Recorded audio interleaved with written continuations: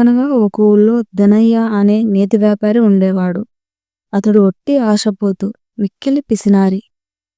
లాభాల మీద ఆశ కొద్దీ కల్తీ నెయ్యి అమ్మేవాడు. ఒకసారి సర్పంచ్ ఇంట్లో పెళ్లికి కూడా కల్తీ నెయ్యి సరఫరా చేశాడు. ఆ నేతితో చేసిన మిఠాయిలు తిన్న చుట్టాలందరికీ వాంతులయ్యాయి.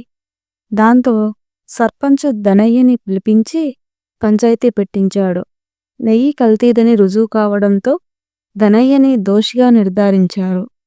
దాంతో శిక్ష ఖరారయ్యింది. 1000 వరహాలు జరిమానా విధించారు. పిసినారి ధనయ్య నేను కట్టలేను అని అన్నాడు.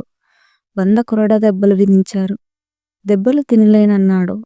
అయితే మనుగు నెయ్యి తాగమన్నారు. ఆశపోత ధనయ్యకి ఈ శిక్ష చాలా తేలికగా అనిపించింది. సరే అన్నాడు. కానీ సగం నెయ్యి తాగేసరికి గుడ్లు తేలేశాడు.